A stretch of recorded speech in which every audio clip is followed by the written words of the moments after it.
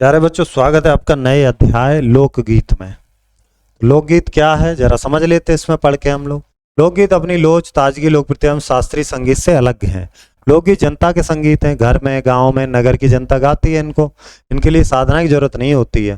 त्योहारों, विशेष अवसरों पर ये गीत गाए जाते हैं। सदा से ये गाए जाते रहे हैं। इनके रचने वाले भी अधिकतर गांव के ही लोग हैं। स्त्रियों ने भी इनकी रचना में विशेष भाग लिया। ये गीत बाजों की मदद के बिना ही साधारण ढोलक, झांझ, करताल, बांसुरी इन पर गाए जाते हैं। इन्हें लोकगीत कहते हैं। एक समय था जब शास्त्रीय संगीत के सामने इनको हे समझा जाता था।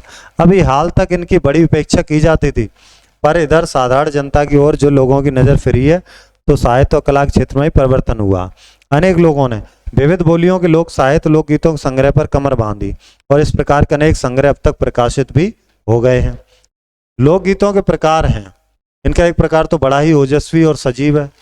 यह इस देश के आदिवासियों का संगीत है, जैसे मध्य प्रदेश, दक्कन, छोटा नागपुर, गोंड, खांड, ओराव, मुंडा, भील, संथाल आदि फैले हुए हैं। इनमें आज भी जीवन के नियमों की जकड़ में बंध न सका और निडरवद लहराता है। इनके गीत और नाच अधिकतर साथ साथ बड़े बड़े दलों में गाए और नाचे जाते। 20-20, 30-30 आदमी, औरतों के दल एक दूसरे के जवाब में गाते हैं। इधर से कुछ बोलते हैं, फिर वो इधर से कुछ बोलते हैं, तो इस तरह से। पहाड़ियों के अपने अपने गीत हैं और उनके भिन्न भिन्न रूप होते हैं। और शास्त्रीय होने कारण में भी एक समान भूमि है। गढ़वाल, किन्नौर, कांगड़ा ये अपने अपने गीत गाते हैं। गाने के अपने अपने तरीके हैं, अलग नाम भी है, जैसे पहाड़ी नाम। वास्तविक लोकगीत देश के गांवों देहातों के हैं। इनका संबंध देहात की जनता से, जैसे चैता, कजरी, बारहमासा, सावन आदि मिर्जापुर, बनारस, उत्तर प्रदेश के पूर्वी और बिहार के पश्चिमी जिलों में गाए जाते हैं। बाउल और भतियाली बंगाल के लोकगीत हैं। पंजाब में माहिया ये सब लोकगीत हैं। हीर रांझा, सोनी महिवाल गीत पंजाबी में, और ढोला मारू ये राजस्थान में बड़े चाव से गाया जाता। तो अलग अलग जगह के अलग अलग लोकगीत हैं। इन देहाती गीतों के रचयिता कोरी कल्पनाओं को इतना मान न देकर अपने गीतों के विषय रोजमर्रा के बहते जीवन से लेते हैं, जिनमें सीधे मर्म को छूले। उनके राग भी सारड़ता, पीलू, सारंग, दुर्गा, सावन, सोरठ ये राग होते हैं। कहरवा, बिरहा, धोबिया ये देहात में बहुत गाए जाते हैं और बड़ी भीड़ को आकर्षित करते हैं। की भाषा के संबंध में कहा जा चुका है, ये सभी लोकगीत गांव और इलाकों की बोलियों में गाए जाते हैं।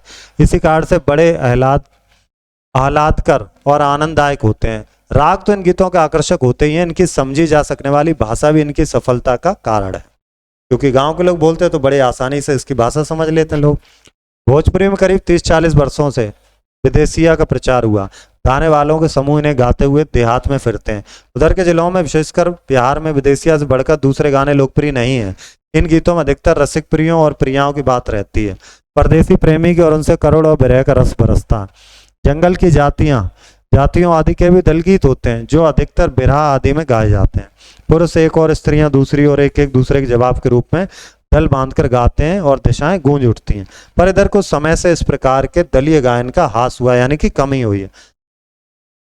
जो ग्रुप में जो लोग गाते हैं उसमें थोड़ी सी कमी आई। एक दूसरे प्रकार के लोकप्रिय गाने आला के हैं। अधिकतर ये बुंदेलखंडी में गाए जाते हैं। आरंभ में तो इनका चंदेल राजाओं के राजकवि जगनिक से माना जाता है, जिसने आला उदल की वीरता का अपने महाकाव्य में बखान किया। पर निश्चय ही उसके छंद को लेकर जन बोली में उसके विषय को दूसरे देहाती कवियों ने भी समय समय पर अपने गीतों में उतारा। ये गीत हमारे गाँव में आज भी बहुत प्रेम से गाए जाते हैं। इन्हें गाने वाले गाँव गाँव ढोलक लिए गाते फिरते हैं। इसी की सीमा पर उन गीतों का भी स्थान है जिन्हें नट रस्सियों पर खेल करते हुए गाते हैं। अधिकतर ये गद्य पद्यात्मक हैं और इनके अपने बोल हैं। अनंत संख्या अपने देश में स्त्रियों गीतों की है तो ये गीत भी लोकगीत ही, पर अधिकतर इन्हें औरतें ही गाती हैं। इन्हें सृजती भी अधिकतर वही हैं। वैसे मर्द रचने वालों या गाने वालों की भी कमी नहीं है, पर इन गीतों का संबंध स्त्रियों से है। इस दृष्टि से भारत इस दिशा में सभी देशों से भिन्न है, क्योंकि संसार के अन्य देशों में स्त्रियों के अपने गीत मर्दों या जनगीतों से अलग और भिन्न नहीं है, बल्कि मिले जुले ही हैं। त्योहारों पर, नदियों में नहाते समय के, नहाने जाते हुए, राह के, विवाह के, मटकोड़ के, जोनार के, जन्म आदि अवसरों पर अलग अलग गीत हैं, स्त्रियां गाती हैं और वो बड़े प्राचीन काल से गाती हैं। महाकवि कालिदास आदि ने भी अपने ग्रंथों में उनके गीतों का हवाला दिया। सोहर, बानी, सेहरा अनंत गानों में से कुछ हैं। वैसे तो 12 माह से पुरुषों के साथ नारियां भी गाती हैं। एक विशेष बात यह है कि नारियों के गाने साधारणतः अकेले नहीं गाए जाते, दल बांधकर गाए जाते हैं, अनेक कंठ एक साथ फूटते हैं, यदि अधिकतर उनमें मेल नहीं होता फिर भी त्योहारों शुभ अवसरों पर बहुत ही भले लगते हैं। गांव और नगरों में गायिकाएं भी होती हैं जो विवाह जन्म आदि के अवसरों पर गाने के लिए बुलाई जाती हैं। सभी ऋतुओं में स्त्रियां उल्लासित होकर दल बांधकर गाती हैं, पर होली बसंत की कजरी आदि तो उनकी विशेषता है, सुनते ही बनती है। पूरब की बोलियों में अधिकतर मैथिल कोकिल विद्यापति के गीत गाए जाते हैं, पर सारे देश कश्मीर से कन्याकुमारी केरल तक, काठियावाड़ गुजरात राजस्थान से उड़ीसा आंध्र प्रदेश तक अपने अपने विद्यापति हैं। स्त्रियां ढोलक की मदद से गाती हैं। अधिकतर उनके गाने के साथ नाच का भी पुट होता है। गुजरात के एक प्रकार का दलीय गायन गरबा है जिसे विशेष विधि से घेरे में घूम घूम कर औरतें गाती हैं। साथ ही लकड़ियां भी बजाई जाती हैं जो बाजे का काम करती हैं। इसमें नाच और गाना साथ साथ चलते हैं। वस्तुतः यह नाच ही है, सभी प्रांतों में लोकप्रिय हो चला। इसी प्रकार होली के अवसर पर ब्रज में रसिया चलता है जिसे दल के दल लोग गाते हैं, स्त्रियां विशेष तौर पर। गाँव के गीतों के वास्तव में अनंत प्रकार हैं। जीवन जहाँ इठला इठला कर लहराता है वहाँ भला आनंद के स्रोतों को कमी हो सकती है। वहाँ के उद्दाम जीवन के ही अनंत असंख्य गाने प्रतीक। तो पूरे चैप्टर में हम लोग लोकगीतों के बारे में पढ़े हैं और लिखने वाले हैं भगवत शरण उपाध्याय। यहाँ कुछ शब्द थे ऊपर जो आए थे, जैसे आह्लाद कर मतलब हर्षित होकर प्रसन्न होकर, जैसे आकर्षक मोहित करने वाला, जैसे अनंत जिसका अंत ना हो, जैसे दलीय समूह, और निदर्वदव ये लिखा है द्वंद्वहीन। ठीक है, लेखक का परिचय है भगवत शरण उपाध्याय, उत्तर प्रदेश के बलिया में उजियारपुर नामक गांव में हुआ था इनका जन्म। हिंदी संस्कृत, हिंदी साहित्य का इतिहास, संस्कृति पुरातत्व गहन अध्ययन किया इन्होंने। साहित्य कला ठूठा आम, इतिहास के पन्नों पर इतिहास साक्षी है, मंदिर और भवन खून के छींटे, ये इनकी प्रसिद्ध रचनाएं हैं। क्या नाम है लेखक का? भगवत शरण उपाध्याय। अब देखते हैं प्रश्नोत्तर। लोकगीत के लिए किसकी जरूरत नहीं होती है? देखिए, कोई साधना की जरूरत नहीं होती कि आप बहुत प्रैक्टिस करके आ रहे हैं तब लोकगीत गाएंगे आप। गढ़वाल, किन्नौर, कांगड़ा ये सब कहाँ के? ये पहाड़ी हैं। गुजरात का एक प्रकार का गरबा, गरबा कहाँ का है? गुजरात का है। अब प्रश्नोत्तर है वो आप करेंगे अपनी नोटबुक में, खाली जगह आप भर लेंगे चैप्टर पढ़ करके। मिलान बड़ा आसान है, ये मैं कर दे रहा हूँ आपके लिए। रसिया गाते हैं कहाँ पर? होली के अवसर पर रसिया गाते हैं। ठीक है, और सोनी महिवाल कहाँ गाते हैं? पंजाब में गाते हैं। ढोला मारू कहाँ गाते हैं? राजस्थान में गाते हैं। और बाउल और भतियाली ये खुशी के अवसर पर दिया जाने वाला। ज्योनार बंगाल के लोकगीत। ठीक है, ये पाठ से चुन करके आपको अपने अर्थों में लिखना है। यहाँ पर बहुत आसान है, आप कर लेंगे इसको। अब आइए यहाँ जरा देख लेते हैं राज्य और उनके लोकगीत हमें मिलान करना। जैसे कि यहाँ पर राज्य है मध्य प्रदेश, तो आप यहाँ पर लिख देंगे मध्य प्रदेश। ये बुंदेलखंड क्षेत्र हो गया, बुंदेलखंड, यहाँ पर बुंदेलखंड लिखेंगे। राजस्थान हो गया, ये राजस्थान लिख लेंगे। बंगाल हो गया, बंगाल लिख लेंगे। और यहाँ पर लिख लेंगे आप गुजरात, ये गुजरात हो गया, गुजरात लिख लेंगे। नागपुर यानी कि महाराष्ट्र हो गया। ठीक है, ये हो गया आपका उत्तर प्रदेश, तो आप लिख लेंगे ये हो गया आंध्र। आपको सबके लोकगीत लिखने हैं। जैसे आपने देखा बिहार में आपको बताया था पनवरिया, जैसे बिहार में हो गया। आपका उत्तर प्रदेश में हो गया रसिया, वो आप यहाँ लिख सकते हैं। आला हो गया जैसे बुंदेलखंड में, तो आप आला सामने लिख देंगे।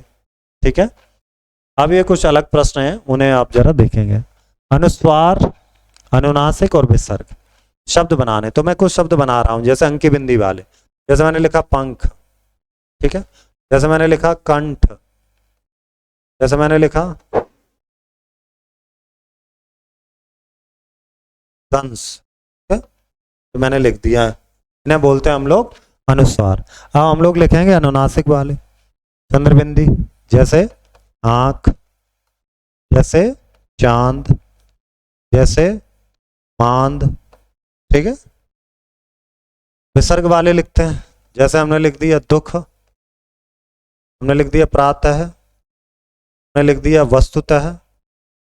ये हो गए विसर्ग वाले। आइए आगे देखें। रा के दोनों रूपों में प्रयोग करने के लिए, रा जो ऊपर मात्रा में आता है उसे रेफ कहते हैं। कर्म, धर्म, चर्म। ठीक, और रा जो नीचे आता है वो ज्यादातर लगता है टाम है, ट्रक। ठीक है, और ट्रिक, और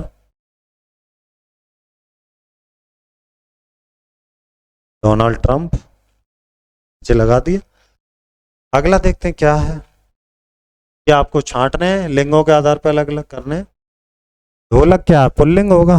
इधर लिखेंगे गाना पुल्लिंग, विवाह पुल्लिंग, बांसुरी स्त्रीलिंग, गांव पुल्लिंग, गीत पुल्लिंग, नगर पुल्लिंग, नदी स्त्रीलिंग, तबला पुल्लिंग, दिशा स्त्रीलिंग। ठीक है, जो पुल्लिंग के पुल्लिंग में लिखेंगे, स्त्रीलिंग के स्त्रीलिंग।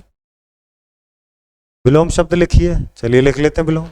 एक का क्या हो जाएगा अनेक, मान का क्या हो जाएगा अपमान, पूरब का क्या हो जाएगा पश्चिम, प्रिय का क्या हो जाएगा अप्रिय, निश्चय का क्या हो जाएगा अनिश्चय, प्रश्न का क्या हो जाएगा उत्तर, प्राचीन का क्या हो जाएगा अर्वाचीन, या नूतन भी आप लिख सकते हैं, नया भी लिख सकते हैं। आज का क्या हो जाएगा कल, जन्म का क्या हो जाएगा मृत्यु, कवि का क्या हो जाएगा, कवि कर दें। यहां पर थोड़ा देख लेना आप। आइए आगे, ये डैश वाले योजक चिन्ह वाले जो होते हैं उनको हमें बताना, समान शब्दों के मध्य जो योजक चिन्ह लगते हैं कुछ उन्हें जैसे लिखे साथ साथ, तो हमने लिख दिया पास पास। ठीक है, हमने लिख दिया क्या डाल डाल, तू डाल डाल मैं पात पात। और हमने क्या लिख दिया ठीक ठीक, और हमने क्या लिख दिया चलो चलो। ये योजक हो गए जो कि समान एक जैसे शब्दों में लगते हैं। अब हम लोग योजक क्या लगाएंगे जो अलग अलग शब्दों के साथ लगेंगे। जैसे हमने लिखा है यहाँ पर पाप पुण्य, अलग अलग हो गए शब्द। हमने लिखा लाभ हानि, हमने लिखा जय पराजय,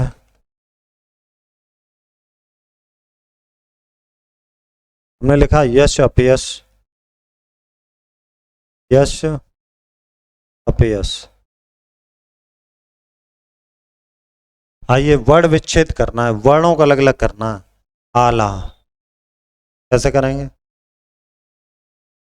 आ हो गया, आ हो गया, आ हो गया, बस आ हो गया आला।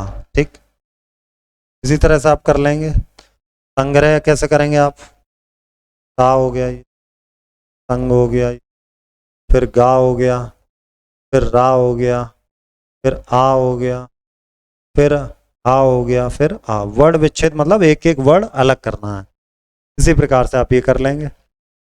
आगे बढ़ेंगे हम लोग। अब रचनात्मक गतिविधि है कि आप अपने घर परिवार आस पड़ोस में किसी उत्सव त्योहार विवाह सगाई इनको देखेंगे, बालक का जन्म, इस तरह के कोई अवसर आए, वहाँ जो महिलाएं जो जो गीत गाती हैं, जैसे यहाँ लिख दिया आपने शादी, तो शादी में कौन सा गीत, लोकगीत का नाम, वो आप लिखेंगे। ठीक है, मिलेंगे अब अगले अध्याय में। धन्यवाद।